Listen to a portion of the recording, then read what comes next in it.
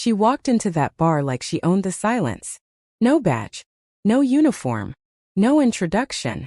Just a woman with eyes so calm they looked like the surface of deep water hiding something dangerous underneath. Every man in that room felt it without understanding why. But only one man, a decorated Navy SEAL with 12 years of combat experience, had the training to recognize what she truly was. And when he finally asked the question that had been building all night, her answer didn't just surprise him. It stopped his heart, shattered his glass, and forced him to confront a mission he was never supposed to remember.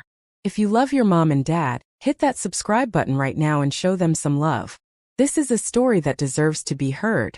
Marcus Cole had learned a long time ago that the most dangerous people in any room were never the loudest ones. After 12 years as a Navy SEAL, 3 combat deployments across the Middle East and North Africa, and more classified missions than he was legally permitted to acknowledge, he had developed a particular instinct for reading people. It was not a skill he was born with. It was carved into him through years of pain, pressure, loss, and survival. It was the kind of awareness that had saved his life on more occasions than he could count, and it was the very same awareness that locked onto her the moment she walked through the door of McCaffrey's bar on a quiet Friday night in Virginia Beach. The bar was not a glamorous place. It was the kind of establishment that existed in the shadow of Naval Station Norfolk, frequented by veterans, active duty personnel, defense contractors, and the occasional civilian brave enough or curious enough to wander in. The lighting was amber and low. The wooden counter was scarred from decades of use. Old military photographs lined the walls, their black and white faces staring out from decades past with expressions that mixed pride with a particular kind of exhaustion that only combat veterans truly understood. The jukebox in the corner played classic rock at a volume that allowed conversation without effort, and the bartender, a retired Navy corpsman named Pete, knew most of his regulars by their drink order alone. Marcus was sitting at the far end of the counter, which was where he always sat. His back was to the wall. His eyes were on the door. These were not conscious choices anymore. They were reflexes so deeply embedded in his body that he performed them without thought, the way a pianist plays scales or a soldier checks his corners. He was nursing a glass of Bullite rye, his second of the evening, and he was not looking for conversation. He had come to McCaffrey's that night for the same reason he came most Friday nights, which was to exist in a space where he did not have to explain himself, where the silence between men carried meaning, and where nobody would ask him how he was doing with that particular brand of cheerful concern that civilians deployed when they sensed a veteran's wounds without knowing how to approach them. He noticed her the moment the door opened. She was not remarkable in the way that immediately commanded a room. She did not have the flashy, deliberate presence of a woman who wanted to be noticed. She was dressed simply in dark jeans, a fitted black jacket over a dark top, and boots that were practical rather than decorative. Her dark hair was down, falling past her shoulders in a way that seemed more incidental than styled. She was attractive in a clean, strong way, the kind of attractiveness that had nothing to do with effort and everything to do with structure, with the particular quality of her features and the way she carried herself. And it was the way she carried herself that caught Marcus before anything else. She moved through the bar the way operatives move. Not with military stiffness, but with that particular fluid economy that comes from years of training the body to take up precisely the space it needs and no more. Her eyes did a sweep of the room that lasted less than 2 seconds and appeared to most observers as nothing more than a casual glance. But Marcus recognized it immediately. It was a threat assessment. It was the same sweep he performed every time he entered any space anywhere in the world. She cataloged exits, identified occupied positions, noted potential threats, and then satisfied, she settled onto the bar stool 4 seats down from him with the composed ease of someone who had just confirmed they were in no immediate danger. Pete appeared in front of her without being summoned. She ordered a glass of Jameson, neat, no ice. She did not look at her phone. She did not fidget. She simply sat with her glass and her thoughts, perfectly still in the way that only people who have spent long periods in silence learn to be still. Marcus watched her from the corner of his eye for nearly 20 minutes before he said anything.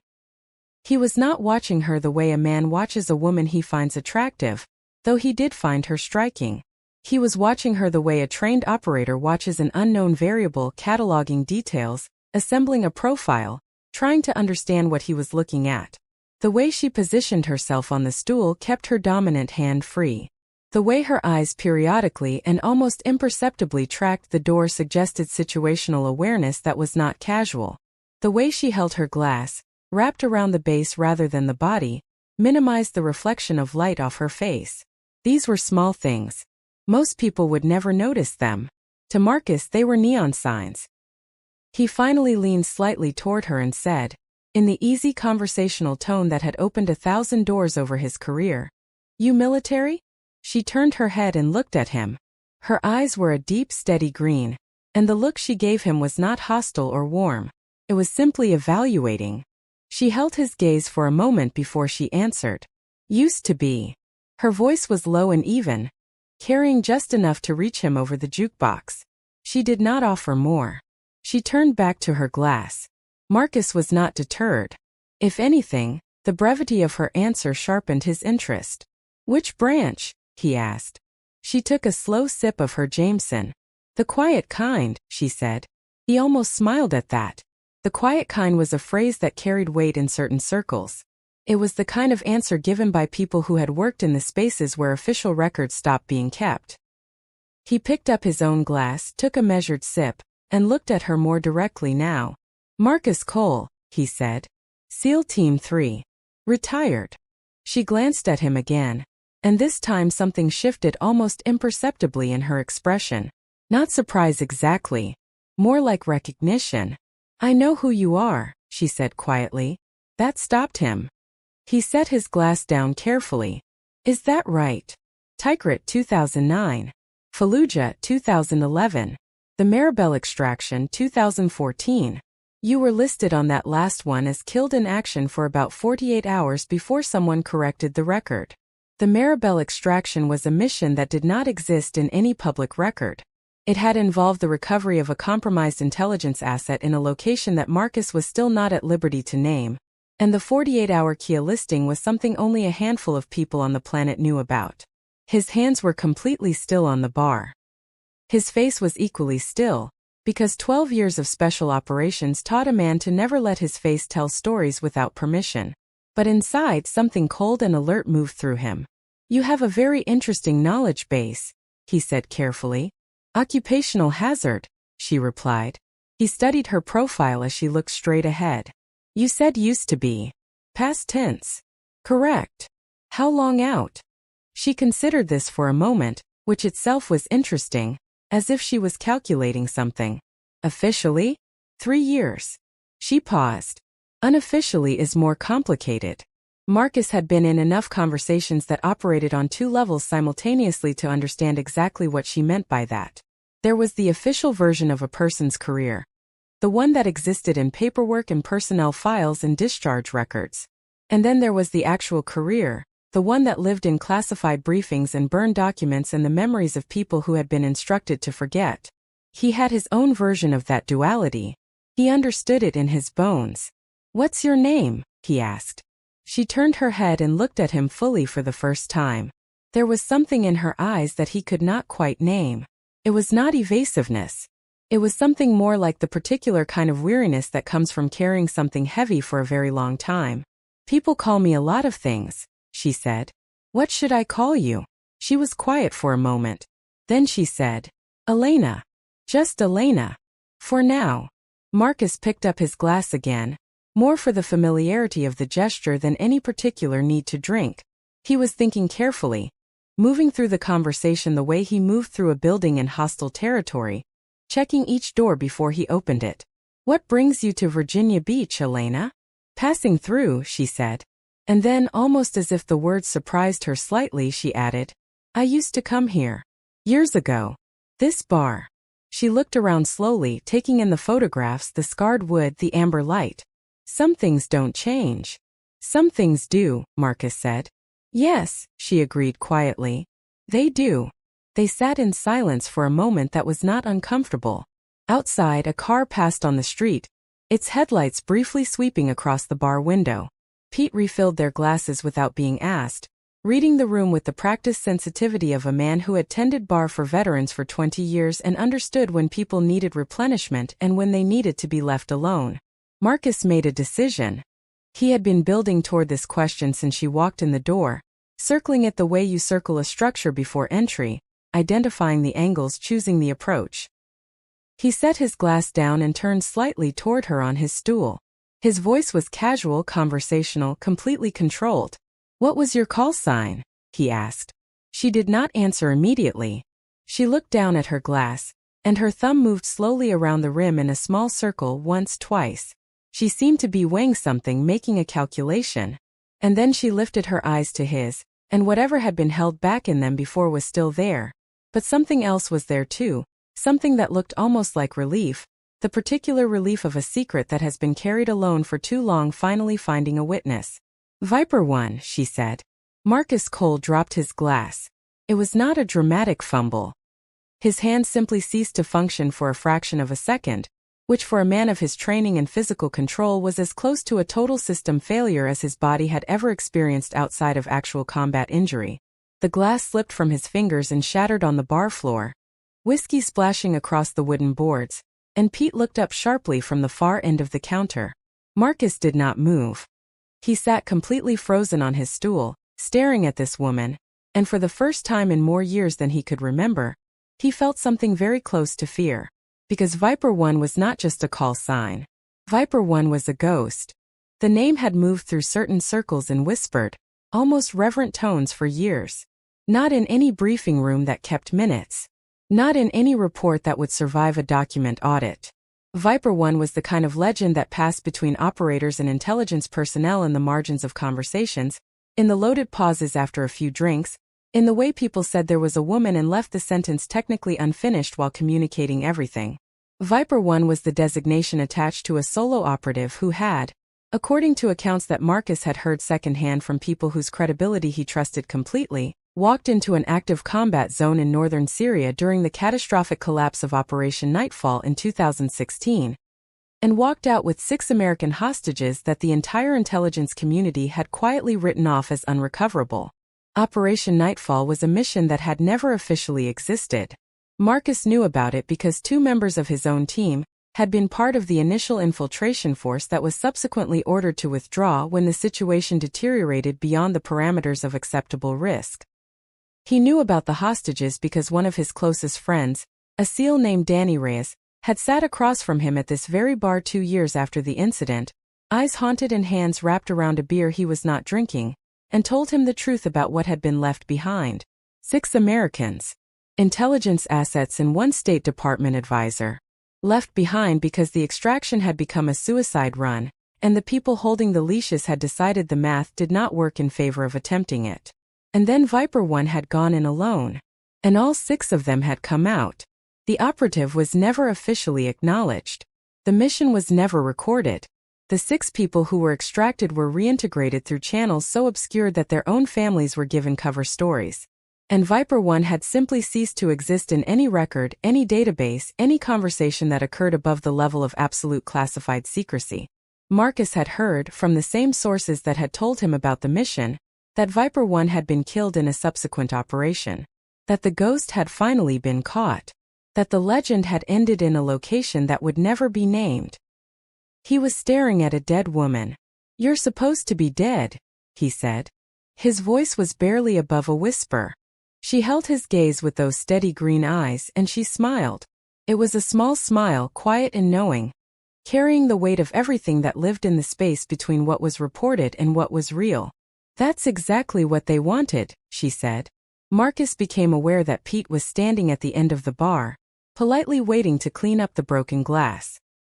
He held up a hand in apology, and Pete nodded and came forward with a cloth and a small dustpan, and the ordinary mundane logistics of a broken glass in a bar gave Marcus approximately 90 seconds to pull himself together, which was approximately 85 seconds more than he needed. By the time Pete had retreated with the shards and a fresh glass had appeared in front of him, Marcus Cole was composed again. His hands were steady. His breathing was controlled. His mind was operating at the precise, clear frequency that had served him across 12 years of missions where clarity was the difference between coming home and not.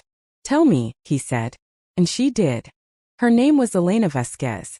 She had grown up in San Antonio, Texas, the daughter of a Marine Corps gunnery sergeant and a schoolteacher. In a household where discipline and service were not abstract concepts, but the actual architecture of daily life. She had been recruited out of the University of Texas by a program that she described only as a Federal Talent Identification Initiative, which Marcus understood to mean one of the several intelligence recruitment pipelines that operated through civilian academic institutions and selected candidates based on a profile that combined exceptional analytical ability with psychological resilience and a particular kind of moral clarity that was distinct from simple rule following. The people these programs wanted were not the ones who obeyed without thinking. They were the ones who could think under conditions that destroyed most people's capacity to think at all. She had spent 4 years in training that she described in broad terms, and Marcus did not push for specifics because he understood better than most that some specifics were not his to ask for. What she told him was that she had eventually been assigned to a unit that operated outside the conventional command structure, reporting through channels that bypassed the normal military and civilian intelligence hierarchies and connected directly to an oversight committee whose existence was technically acknowledged in classified appropriations documents, but whose activities were known to perhaps 200 people in the entire United States government. She had conducted operations across 15 countries over 8 years. She had never once been listed on any official personnel roster under her actual name. Viper 1 was my 4th designation, she told him. They rotate them to prevent pattern recognition. If an asset surfaces in multiple locations over years and carries the same identifier, it creates a data trail. So you change the name. The work stays the same. But the legend attached to the name, Marcus said. The legend attached to itself, she said. I didn't create it. I just did the work. Other people built the story around it. Syria, Marcus said. 2016. She looked at him steadily. You know about that. Danny Reyes. He was on the initial infiltration. He never forgave himself for the withdrawal order. Something moved across her face at that. A flicker of something genuine and unguarded. Danny Reyes is a good man. The withdrawal order wasn't his failure. It was a system failure. The people who made that call were operating on flawed intelligence about the timeline. She paused. I had better intelligence. Because you were already inside, Marcus said slowly. It was not a question. He was assembling the picture as he spoke, and it was forming with the terrible clean clarity of things that should have been obvious all along. You were already in country when Nightfall collapsed. You weren't sent in to extract them. You were already there. I had been embedded in that region for 11 months, she confirmed. Different identity, different purpose. When Nightfall went sideways and the extraction was called off, I had assets and access that the official operation didn't have. And I had 6 people who were going to be dead within 72 hours. So you made a decision. I made the only decision I was capable of making, she said. Whether it was authorized or not is a question I stopped caring about somewhere around hour 14 of that operation. Marcus was quiet for a long moment. Around them, the bar continued its ordinary Friday evening rhythm, conversations and laughter and classic rock, and the clink of glasses, the entire unremarkable apparatus of civilian life proceeding in complete ignorance of the woman sitting at the counter who had done something that most of the special operations community considered operationally impossible. All 6 of them made it out, he said. All 6, she confirmed. And then you were reported killed. She wrapped both hands around her glass and looked into it for a moment. What I did in Syria created a problem, she said carefully. An unauthorized solo operation in a theater where an official mission had just catastrophically failed created accountability questions that certain people in certain positions were not interested in answering. If I was alive and debriefable, those questions had to be addressed. So a decision was made to resolve the situation in the simplest available way. They burned you, Marcus said. They burned Viper 1, she said. Created a termination record. Closed the file. Circulated enough credible details through the right channels that the story held. And Elena Vasquez, who technically never existed in any official capacity anyway, simply ceased to be a concern. Marcus stared at her. And you just accepted that. For the first time, something shifted in her composure. A hairline fracture in the stillness, something old and not entirely resolved moving beneath the surface. I had a choice, she said. I could fight it, which would mean surfacing in ways that would require me to expose the operation, expose the 6 people I extracted, expose networks and assets and individuals who were still active and would be endangered by that exposure. Or I could disappear and let them have their clean ending. She paused. I chose the people over the principle. I don't know if that was the right call, but it was the call I made. Marcus was quiet for a long time. The jukebox shifted to something slower. A song from the 90s that he half recognized but couldn't name. Pete moved quietly at the far end of the bar, leaving them their space with the unspoken professional courtesy of a good bartender who understood that some conversations needed room. 3 years, Marcus said eventually. What have you been doing for 3 years? Living, she said. And then with the faintest suggestion of irony, quietly. And tonight, passing through. She turned her glass slowly in her hands. There's a complication, she said. Something has surfaced. Connected to Syria. Connected to the 6 people I brought out. She glanced at him, and the evaluating quality was back in her gaze, sharper now, more deliberate. One of them is missing. Has been for 3 weeks. And the way they disappeared carries a signature I recognize. Marcus felt the shift in the conversation land in his chest with physical weight. He had been in enough operational discussions to know when a casual meeting stopped being casual. He thought about the way she had walked into this specific bar. He thought about the fact that she knew his name, his missions, the 48-hour key annotation that almost nobody knew about. He thought about the fact that Danny Reyes had told him about Syria, and Danny Reyes was the kind of man who did not talk without reason, and Danny Reyes had told him just 3 months ago. You've been looking for someone, Marcus said. Not just passing through. She held his gaze and said nothing, which was its own answer. You knew I'd be here. You come to McCaffrey's every Friday, she said. You sit at the end of the bar with your back to the wall. You order Bullite rye. You stay for 2 drinks. It wasn't difficult. Danny, Marcus said. Danny said you were the best he ever worked with, she said. And he said you've been out for 8 months and you're going out of your mind without a purpose. Marcus looked at her for a long, long moment. 8 months. She was right that he was going out of his mind. He had left the teams because his body had finally accumulated enough damage that his performance metrics were beginning to slip below the standard he held himself to, not below the team's standard but below his own. He had spent 8 months in Virginia Beach in a state of grinding, purposeless restlessness, filling the hours with physical training and consultation work, and the particular quiet suffering of a man built for mission living through the absence of mission. He had not told anyone this. He had not needed to. Apparently it was visible to the right eyes. Who is the missing person? He asked. Her name is Sarah Okafor, Elena said. She was the State Department advisor. She has 2 children, 8 and 11 years old. She has been building a quiet life in Maryland for 3 years. And 3 weeks ago she walked out of her house to go to a grocery store and did not come back. Police treated as a voluntary disappearance initially. She had a complicated history on paper, the kind of paper that was created to explain away her 3 months of absence in 2016.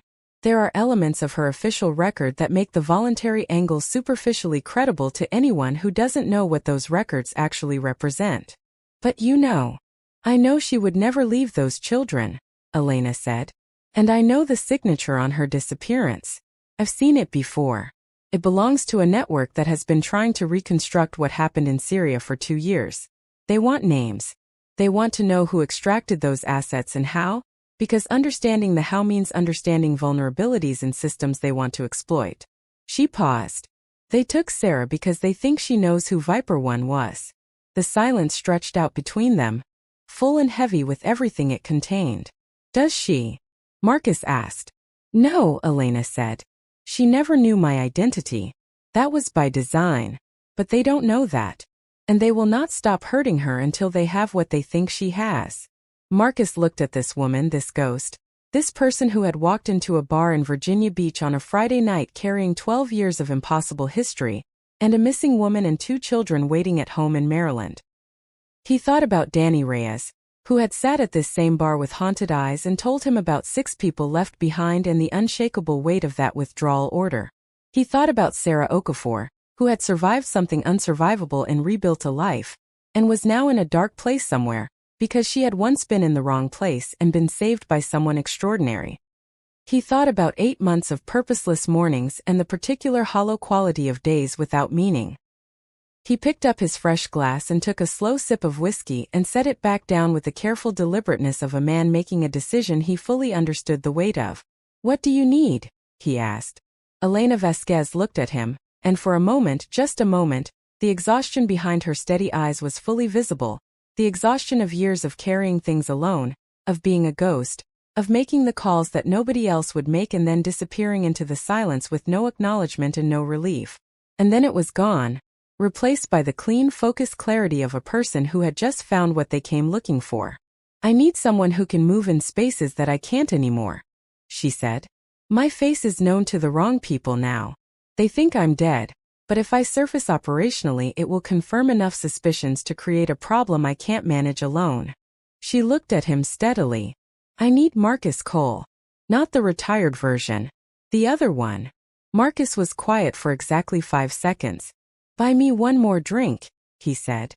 "And then tell me everything." She signaled Pete without looking away from Marcus, and Pete appeared with the bottle as if he had been waiting, which perhaps he had, because Pete had been tending bar for veterans for 20 years and he understood the rhythm of certain conversations better than most people gave him credit for.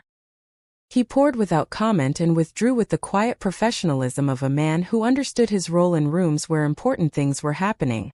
Elena Vasquez began to talk. Marcus Cole leaned in and listened. Outside, Virginia Beach continued its ordinary Friday night, cars and people and lit windows and the unremarkable apparatus of a world that had no idea that in a bar at the end of a counter, 2 people who had each separately been declared dead by systems that found their existence inconvenient were planning something that would determine whether a woman named Sarah Okafor got to go home to her children. The jukebox played on. Pete wiped down the bar. And somewhere in Maryland, 2 children waited for their mother, not knowing that Viper One had come back from the dead to find her. Some ghosts, it turns out, refuse to stay buried. And some calls, no matter how long they've been silent, cannot go unanswered. If you love your mom and dad, hit that subscribe button right now and show them some love. This channel is dedicated to the stories that history forgets and heroes never get to tell. Every single story we bring you is for the ones who served, sacrificed, and survived in silence. Now we want to hear from you. Drop it in the comments right now. What part of the country are you watching from? Your state, your city, your hometown. We read every single comment and we are always grateful you are here with us.